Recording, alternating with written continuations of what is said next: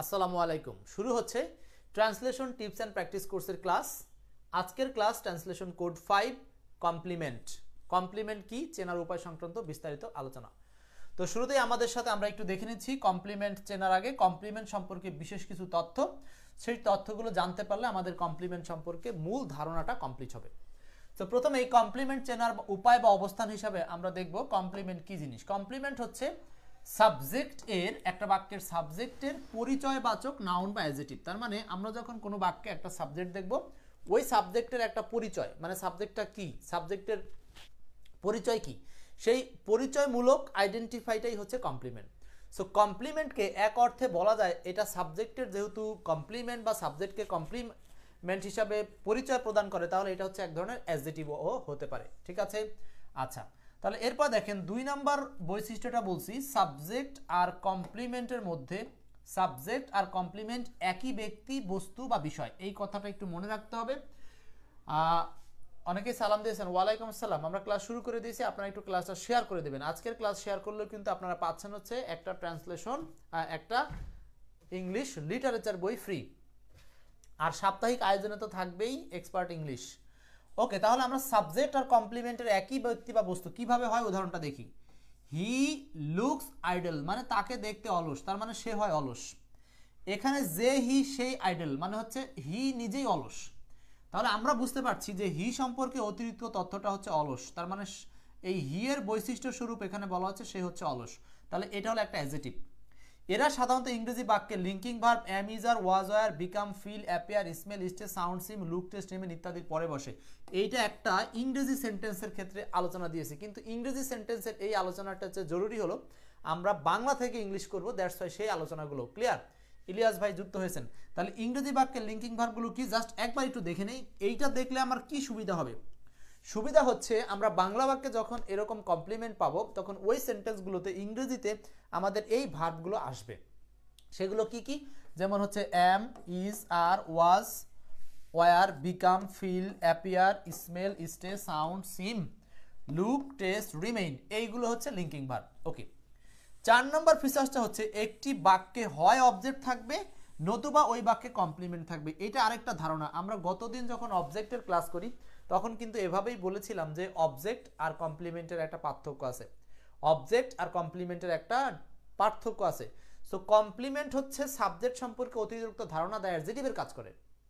আর object হচ্ছে সাবজেক্টের সাথে সম্পর্ক নাই, ভিন্ন জিনিস, সেটা নাউনও হতে পারে আবার সেখানে প্রোনাউনও হতে পারে। আর কমপ্লিমেন্ট হচ্ছে নাউন হতে পারে, অ্যাডজেক্টিভ হতে পারে। ক্লিয়ার? আচ্ছা, তাহলে আমাদের আজকে এতটুকুর মধ্যে আরেকটা জিনিস ক্লিয়ার করলাম। যদি এই জিনিসটা বুঝেন তাহলে আপনার জন্য সমস্যা নেই। তার মানে একটা বাক্যে হয় অবজেক্ট থাকবে নয় কমপ্লিমেন্ট থাকবে। সো আমাদের যে 9 কোড ছিল সেই 9 কোডটা কি ছিল? 9 কোড ছিল হচ্ছে SF NOC MPTR। এই হলো 9 কোড। So subject, finite verb, non finite verb, object, complement, manner, place, time, reason. এখন অবজেক্ট না থাকলে কমপ্লিমেন্ট থাকবে, তার মানে আমার এখানে কোনো সমস্যা নাই। এটা হলো 9 কোডের 1 নম্বর কোড, 2 নম্বর কোড, 3 নম্বর কোড, 4 নম্বর কোড, 5 নম্বর কোড, 6 নম্বর কোড, 7 নম্বর কোড, 8 নম্বর কোড, 9 নম্বর কোড। এই 9টা কোড যদি কারো জানা থাকে তাহলে পৃথিবীর কোনো ট্রান্সলেশন তার দ্বারা আটকাবে না, আটকাবে না, আটকাবে না। ওকে, তাহলে আমরা কমপ্লিমেন্ট সম্পর্কে অল্প কিছু তথ্য নিলাম। এখন এইগুলো আমরা এক্সাম্পলের মাধ্যমে বোঝার চেষ্টা করব কিভাবে বের করবেন। সো সহেশ আরেকবার দেখে নেন। কমপ্লিমেন্ট হচ্ছে বাক্যে সাবজেক্টের পরিচয়বাচক নাউন বা অ্যাডজেক্টিভ। এই কমপ্লিমেন্ট হচ্ছে সাবজেক্টের সাথে একই বিষয়, যেমন হি লুকস আইডল, যে হি সেই হচ্ছে আইডল, অলস। আরেকটা উদাহরণ যদি আপনাদের এরকম দেই, খুবই সহজ উদাহরণ দেই, he is a brilliant, he is a brilliant boy, সে একজন ব্রিলিয়ান্ট বালক। এইখানে এই যে দেখেন এইটা হলো নাউন কমপ্লিমেন্ট, যে হি সেই তো বয়, এই বালকটাই তো হি। এখন এই বালকটা কেমন বা হি কেমন, সে হচ্ছে একজন ব্রিলিয়ান্ট বয়। তাহলে দেখেন হি এর সাথে এই অংশটা একই, তার মানে যে হি এখানে আপনি ইকুয়াল টু রিপ্লেস করতে পারবেন, তাহলে ইকুয়াল শব্দটা দিতে পারবেন। অতএব এইটা হচ্ছে একটা কমপ্লিমেন্ট। ক্লিয়ার? এই যে এখানে বি ভার্ব আছে ইজ, তার মানে এই কমপ্লিমেন্ট হচ্ছে সাবজেক্ট সম্পর্কে অতিরিক্ত কিছু তথ্য।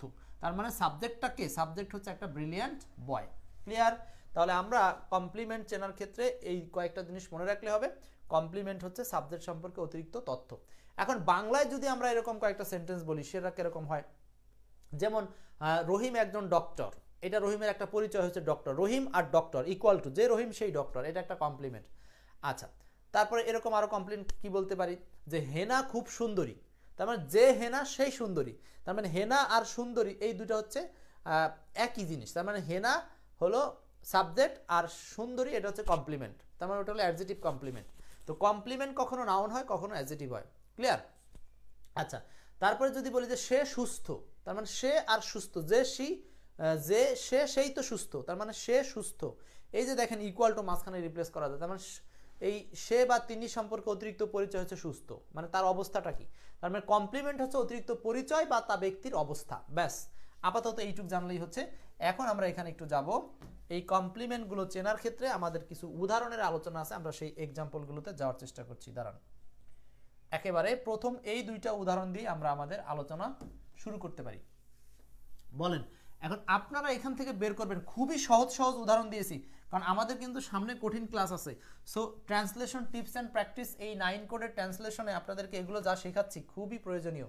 তো বলেন এখানে কি করতে পারি। 1 নম্বর আর 2 নম্বর, 1 নম্বর সেন্টেন্সে বলা হচ্ছে, 1 নম্বর আর 2 নম্বরে দেখেন, 1 নম্বরে বলা হচ্ছে যে গনি মিয়া গরিব কৃষক, গনি মিয়া গরিব কৃষক। রায়ান নার্গিস 10 শেয়ার ডান, অনেক অনেক করেছেন ইনশাল্লাহ। আপনি হয়তো যদি আজকের রেজাল্ট দেখা যায় কে আগে যায়, সাপ্তাহিক এঙ্গেজমেন্টে সর্বোচ্চ এঙ্গেজমেন্টকারী পাবে হচ্ছে এই বই, আর আজকের শেয়ারকারীদের মধ্যে একজন পাবে হচ্ছে এই বই, ওকে? আচ্ছা, গনি মিয়া গরিব কৃষক ছিলেন, খুবই ভালো কথা, ট্রান্সলেশনটা বলছে গনি মিয়া গরিব কৃষক ছিলেন। আমরা প্রথম বাক্যটাতে আমরা প্রথমে এই বাক্যটাকে পোস্ট মডার্ন করবি, মানে এখান থেকে খুঁজে খুঁজে অনেক জিনিস বের করি। আচ্ছা দেখেন তো, প্রথমত এই বাক্যের সাবজেক্টকে, খুবই সহজ, গনিমিয়া হচ্ছে সাবজেক্ট, কোড 9 এর একটা কোড।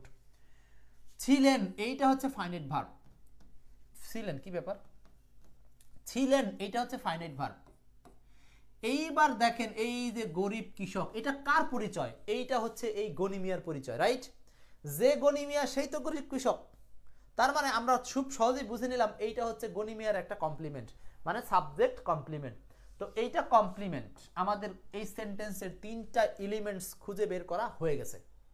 এখন শুধু সাজাবেন, প্রথমে সাবজেক্ট, তারপরে দিবেন ফাইনাইট ভার্ব, তারপরে দিবেন হচ্ছে কমপ্লিমেন্ট। নন ফাইনাইট আর অবজেক্ট এই সেন্টেন্সে নাই। সো আমরা এখন সেন্টেন্সটাকে কিভাবে সাজাই দেখি, কে আগে লিখতে পারেন?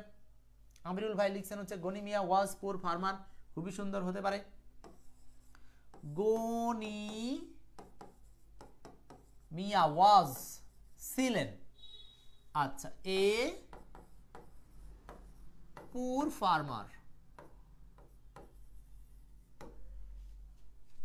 খুবই সহজ, একদম সহজ, এগুলো কঠিন কোনো বিষয় না, শুধুমাত্র আপনাকে জিনিসগুলো বের করে নিতে হবে, খুঁজে বের করতে হবে, তাহলেই সহজ। মানে উপাদানগুলোকে যদি আমরা খুঁজে পাই তাহলে আনসার করা নিয়ে কোনো সমস্যা নাই, উপাদান খুঁজে পেলে আনসার করা নিয়ে কোনো সমস্যা নাই।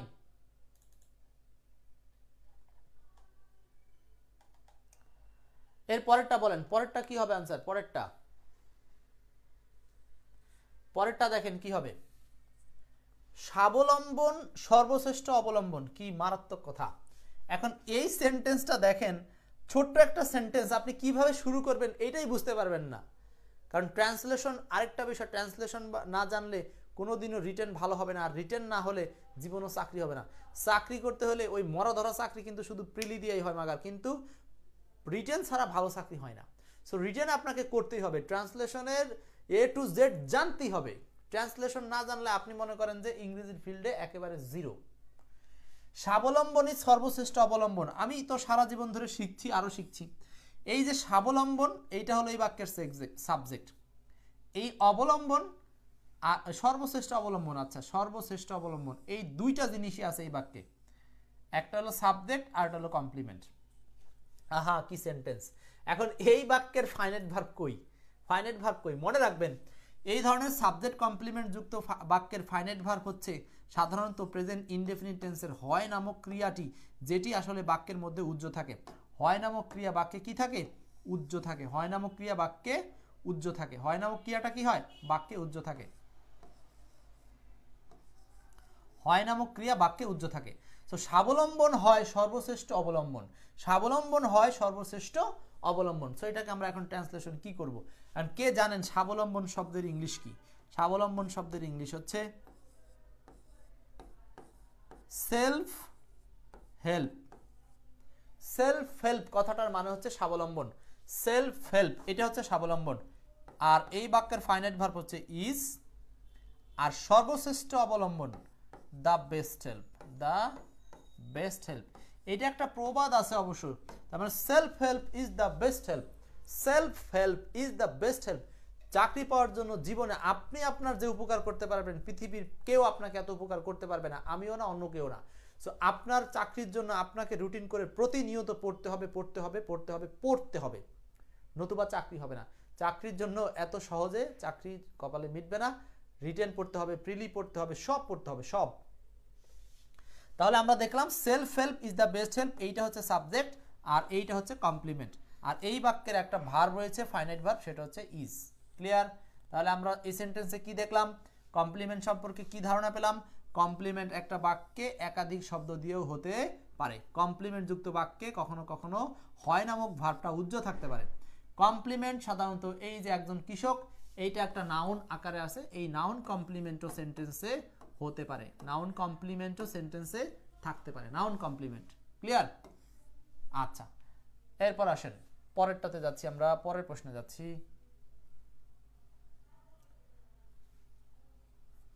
ওকে, সরি। 3 এবং 4, 3 নাম্বার এবং 4 নাম্বার বলেন। এই দুইটা প্রশ্ন কিন্তু বেশ মারাত্মক, এখানেও আপনাকে অনেক কিছু শিখতে হবে।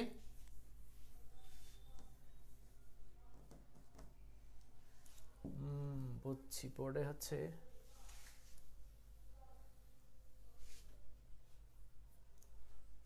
3 নাম্বার এবং 4 নাম্বার কি হবে বলেন? 3 এবং 4, 3 নাম্বার এবং 4 নাম্বার। 3 নম্বরে বলছে দেশপ্রেম একটি মহৎ গুণ, 4 নম্বরে বলছে এবারের সংগ্রাম আমাদের মুক্তি সংগ্রাম। দেখি এই দুইটা সেন্টেন্স কারা ট্রান্সলেট করতে পারেন, একেবারে সঠিকভাবে ট্রান্সলেট করতে পারেন। দেশপ্রেম একটি মহৎ গুণ, খুবই ভালো কথা। দেশপ্রেম যদি মহৎ গুণ হয়ে থাকে তাহলে করবেন। দেশপ্রেম মহৎ গুণ, এটা ভালো ভালো কাজ, করতে হবে, করতে হবে না? সমন্বয়করা তাদের উপদেষ্টার পদ ছেড়ে দিয়ে এখন তারা কি করছে? দেশপ্রেমের জন্য পলিটিক্সে আসতেছে। সুন্দর। দেশপ্রেম একটি মহৎ গুণ। এখন দেখেন এই সেন্টেন্সটাতে অল্প কয়েকটা ফ্যাক্টর আছে। দেখেন এইটা ট্রান্সলেট করতে হলে আপনাকে আগে ভাবতে হবে যে এখানকার সাবজেক্টকে, এই যে 9 কোড আছে না, এই 9টা কোড আপনাকে খুঁজতে হবে কোন কোন কোড আছে সেন্টেন্সে। যেগুলো থাকবে সেগুলো সিরিয়ালে সাজায় দিবেন, সেন্টেন্স হয়ে যাবে। দেশপ্রেম একটি মহৎ গুণ, দেশপ্রেম হয় একটি মহৎ গুণ। এই সেন্টেন্সে এখানে আবারও হয় নামক ক্রিয়াটা উজ্জ্ব আছে, হয় নামক ক্রিয়া উজ্জ্ব আছে। দেশপ্রেম হচ্ছে এই বাক্যের সাবজেক্ট, ফাইনাইট ভার্ব হচ্ছে হয় যেটা উজ্জ্ব আছে, মহৎ গুণ এইটা হচ্ছে কমপ্লিমেন্ট। কেন কমপ্লিমেন্ট? যাহা দেশপ্রেম তাহাই তো মহৎ গুণ। তার মানে দেশপ্রেম ইকুয়াল টু মহৎ গুণ। তার মানে দেশপ্রেমের একটা ফিচার্স হচ্ছে দেশপ্রেম ইকুয়াল টু একটি মহৎ গুণ, এটা একটা গুণ। তাহলে এই যে একটি মহৎ গুণ, এটা কাকে নিয়ে কথা বলা হচ্ছে? দেশপ্রেমকে নিয়ে। অতএব এইটা হচ্ছে একটা কমপ্লিমেন্ট। দেখছেন কত ছোট ছোট সেন্টেন্স কমপ্লিমেন্ট দিয়ে আপনাকে পরীক্ষার হলে নড়াচড়া দিবে টিচাররা। দেখছেন কত জায়গাতে এগুলো আসে। সো এটাকে আমরা এখন যদি চেঞ্জ করার চেষ্টা করি ইংরেজিতে, তাহলে কি হবে? দেশপ্রেমের ইংলিশ কি হবে? The patriotism. দেশপ্রেমের ইংলিশ কি হবে বলেন? প্যাট্রিয়টিজম। প্যাট্রিয়টিজম, দা লাগবে না, প্যাট্রিয়টিজম। প্যাট্রিয়টিজম, দেশপ্রেম। এইবার ফাইনাইট ভার্ব হচ্ছে ইজ, আর কমপ্লিমেন্ট বসাতে হবে কি? একটি মহৎ গুণ, a great virtue. A great virtue. দেখেন আমিরুল ভাই বলছেন হচ্ছে প্যাট্রাইট ইজ এ নোভেল। নোভেল, আচ্ছা নোভেল আপনি দিতে পারেন, নোভেল না দিয়ে আমরা দেবো গ্রেট ভার্চু, অথবা নোভেল দিলেও একটি মহৎ গুণ। নোভেল মানে গুণ, সেভাবে হতে পারে, কিন্তু মহৎ গুণ তাও যদি প্রকাশ পায় পেতে পারে, সমস্যা নাই। তাহলে patriotism is a great virtue, তার মানে হচ্ছে দেশপ্রেম একটি মহৎ গুণ। দেখেন এই সেন্টেন্সে বি ভার্ব হিসাবে যেটা আসছে, লিঙ্কিং ভার্ব বা বি ভার্ব হিসাবে আসছে হলো ইজ, আর প্যাট্রিয়টিজম এটা হলো সাবজেক্ট, আর এইখানে এ গ্রেট ভার্চু এটা হলো কমপ্লিমেন্ট, আর এইটা হলো ফাইনাইট ভার্ব। তাহলে এই সেন্টেন্সের সাবজেক্ট, ফাইনাইট ভার্ব, কমপ্লিমেন্ট, এই তিনটা এলিমেন্টস পাচ্ছি। সাবজেক্ট, ফাইনাইট ভার্ব, আর একটা হচ্ছে complement. Subject, finite verb, complement, তিনটা এলিমেন্টস পাচ্ছি। ওকে, নেক্সট দেখেন পরেরটা 4 নাম্বার এক্সাম্পলটা আছে। 4 এক্সাম্পল 4, আচ্ছা, তাহলে এই সেন্টেন্সেও কিন্তু আমরা একইভাবে কমপ্লিমেন্ট খুঁজে পেলাম যেখানে বি ভার্ব উজ্জ ছিল। 4 নম্বর আসেন, এবারের সংগ্রাম আমাদের মুক্তির সংগ্রাম। এবারের সংগ্রাম আমাদের মুক্তির সংগ্রাম, কি হবে আনসার? এবারের সংগ্রাম আমাদের মুক্তির সংগ্রাম, ইলিয়াস ভাই। আচ্ছা, যারা এইগুলোকে সেন্টেন্স তৈরি করবেন প্রথমে কি বসবে সেটা ধরতে পারেন কিনা, এটা হলো আসল কথা। এবারের সংগ্রাম আমাদের মুক্তির সংগ্রাম। সো এখানে কিন্তু দুইটা একই জিনিস, এই সংগ্রাম মানে এবারের সংগ্রামটা কি ইকুয়াল টু আমাদের মুক্তির সংগ্রাম। সো এখানে ইকুয়াল টু, আর যেখানে ইকুয়াল টু সেখানে বি ভার্ব হচ্ছে ইজ, আর ইজ মানে হচ্ছে বাংলায় এখানে উজ্জ ছিল হয়, বাংলায় উজ্জ ছিল হয়, উজ্জ ছিল হয়। এখন দেখেন এখানে এবারের সংগ্রাম হয় আমাদের মুক্তির সংগ্রাম, এখানে আমরা এটাকে কিভাবে ট্রান্সলেট করতে পারি? খুবই সহজ, বাট আপনাকে এইগুলোর ইংলিশ জানতে হবে, ইংলিশ না জানলে আপনি করতে পারবেন না। সাবজেক্ট, এটা হচ্ছে ফাইনাইট ভার্ব যেটা হয় উজ্জ আছে এই সেন্টেন্সে। এখন আমরা ট্রান্সলেট করি এবারের সংগ্রাম। সো এইটার ইংলিশ কি দেখেন, এবারের এই কথাটাকে যদি অনেকে ট্রান্সলেট কেউ না করতে পারেন, মনে মনে চিন্তা করেন এটাকে অল্টারনেটিভ একটা বাংলা আনেন। এবারের মানে হচ্ছে এই বছরের, বার বলতে এখানে দিন বোঝায় না, এবারের মানে এ বছরের। আচ্ছা, আমরা বলি না যে এবারের চাষাবাদ খুব ভালো হয়েছে, তার মানে এ বছরের চাষাবাদ, তার মানে হচ্ছে এখানে সংগ্রাম, এবারের সংগ্রাম, তার মানে বলতে হবে এটার ইংলিশ আমরা কিভাবে করতে পারি? এবারের সংগ্রাম, সংগ্রাম দ্য স্ট্রাগল,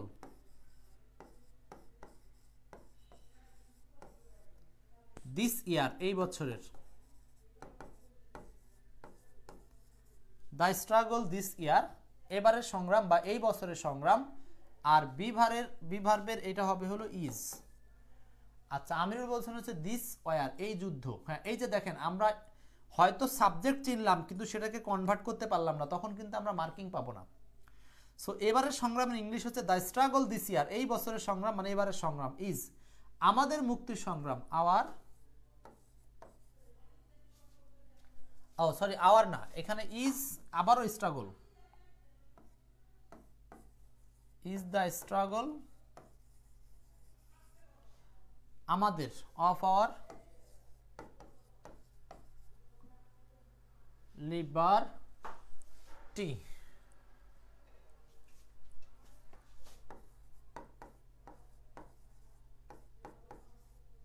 আমাদের স্বাধীনতা বা মুক্তির সংগ্রাম। এখন এইখানে আমরা অফটাকে ব্যবহার না করে ফরও ব্যবহার করতে পারি, struggle for our liberty, struggle for our liberty, this war ending our war, this war ending our war. Ilyas ভাই এই আনসারটাকে দিস ওয়ার এই যুদ্ধ শেষ যুদ্ধ, এই যুদ্ধ আমাদের শেষ যুদ্ধ। হ্যাঁ, এটা ওইভাবে হচ্ছে কিন্তু সরাসরি এটার মিনিং আসতেছে না, ওখানে অক্ষর অনুবাদ আসছে। তাহলে 4 নম্বরে এখানে আমরা সবই চিনছি, সাবজেক্টও চিনলাম, কমপ্লিমেন্টও চিনলাম, কিন্তু সমস্যা হলো আমরা যখন এইগুলো ট্রান্সলেট করতে যাচ্ছি তখন এই ওয়ার্ডগুলো আনতে পারি না। তো এখানে কি হবে, the struggle this year is the struggle of our liberty বা ফর আওয়ার লিবার্টি, মানে হচ্ছে সংগ্রাম ইকুয়াল টু সংগ্রাম। তার মানে হচ্ছে এখানে দেখেন আসল সাবজেক্ট সংগ্রাম, আসল কমপ্লিমেন্ট সংগ্রাম, আর এই সংগ্রামের সম্পর্কে অতিরিক্ত তথ্য এখানে যোগ করা আছে, সেটা হচ্ছে মুক্তির সংগ্রাম বা আমাদের মুক্তির সংগ্রাম, মানে আওয়ার লিবার্টি মানে আমাদের মুক্তির সংগ্রাম। ঠিক আছে, আপনারা এগুলো লিখে নেবেন, যখন যা শেখাচ্ছে এগুলো একটু লিখে ফেলবেন। আচ্ছা, এবং আজকের জন্য সম্ভবত আপনাদের কাছে আনা সর্বশেষ প্রশ্ন 5 নম্বর। এই 5টা প্রশ্ন পড়লে আমাদের অবজেক্ট সংক্রান্ত যা যা চেনার বিষয় ছিল দাওয়াত দেওয়া সেগুলো আমাদের চেনা হয়ে যাবে।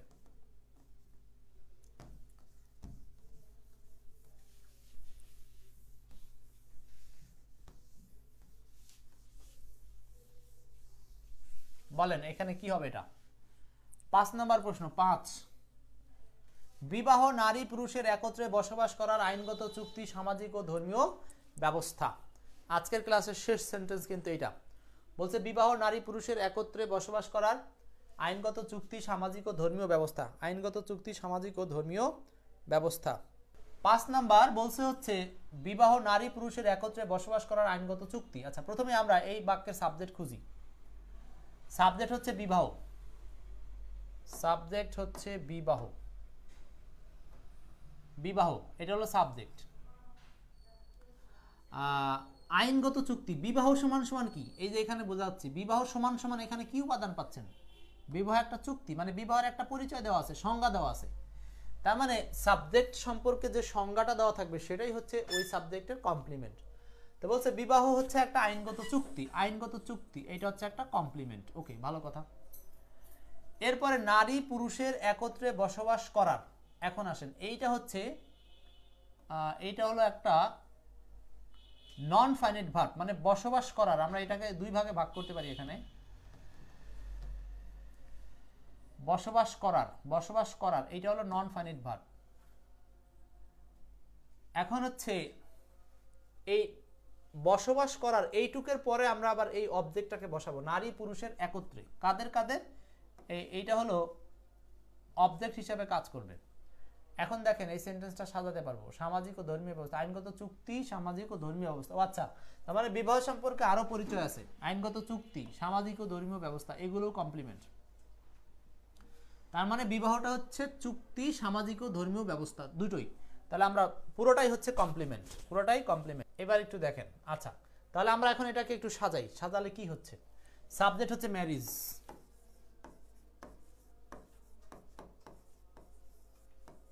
ম্যারিজ, সাবজেক্ট হচ্ছে ম্যারিজ। এখন এই বাক্যের কমপ্লিমেন্ট আছে কিন্তু কোথাও ফাইনাইট ভার্ব পাইনি, তাহলে ফাইনাইট ভার্ব হচ্ছে এই বাক্যে আবারও বি ভার্ব, বি ভার্ব মানে হচ্ছে ইজ, ইজ। এইবার হচ্ছে কমপ্লিমেন্ট বসাবো, আমাদের সিস্টেম হচ্ছে subject finite verb, non finite verb যদি থাকে সেটা কমপ্লিমেন্টের ক্ষেত্রে নন ফাইনাইট ভার্বটা বসবে হচ্ছে কমপ্লিমেন্টের আগে, এটা অদল বদল হয়ে যাবে, আগে আগে বসবে হচ্ছে কমপ্লিমেন্ট, তারপরে বসবে নন ফাইনাইট ভার্ব। কমপ্লিমেন্ট কি এখানে, এখানে কমপ্লিমেন্ট হচ্ছে একটা আইনগত চুক্তি, is a legal contract, legal contract. আর এছাড়াও সামাজিক ও ধর্মীয় ব্যবস্থা, এটার ইংলিশ লিখতে হবে, legal contract, social and religious fact,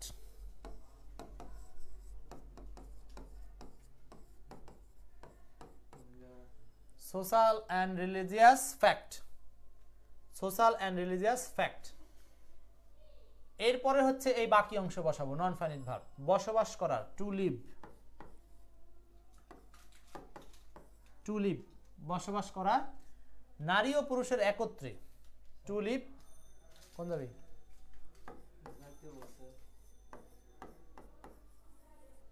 two live together,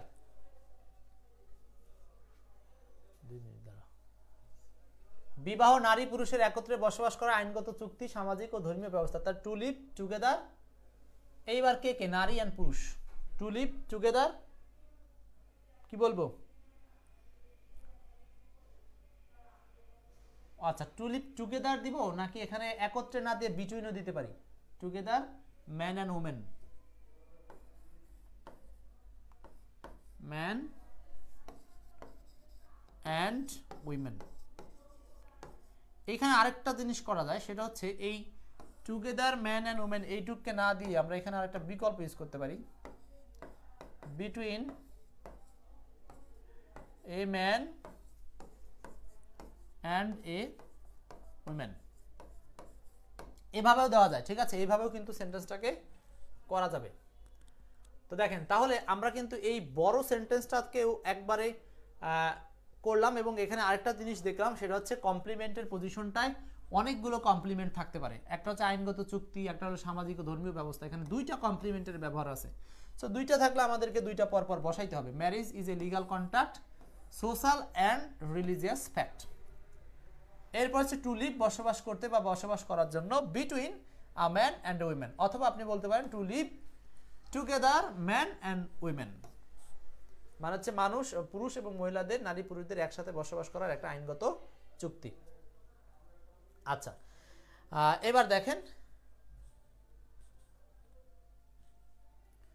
তাহলে আমাদের এই সেন্টেন্সটা কিন্তু কমপ্লিট হয়ে গেল, বড় একটা সেন্টেন্স কমপ্লিট হয়ে গেল। সো এই হচ্ছে আমাদের কমপ্লিমেন্ট চেনার জন্য নানা রকম উপায়। এছাড়াও কমপ্লিমেন্ট চিনতে আমাদের আরও প্রচুর সংখ্যক ক্লাস সামনে পাবো। আমরা কমপ্লিমেন্ট সম্পর্কে আজকে একেবারে সংক্ষেপে যে ক্লাসটা শিখলাম, এই ক্লাস থেকে আমরা মোটামুটি যা জানলাম এইগুলো আমাদের কাজে লাগাতে পারলে ইনশাল্লাহ আমরা ভবিষ্যতে ট্রান্সলেশন নিয়ে আর কোনো সমস্যায় থাকবো না। ওকে, আচ্ছা এখন আসেন আপনাদের সাথে হচ্ছে ট্রান্সলেশনের ক্লাসটা এই পর্যন্তই শেষ করছি।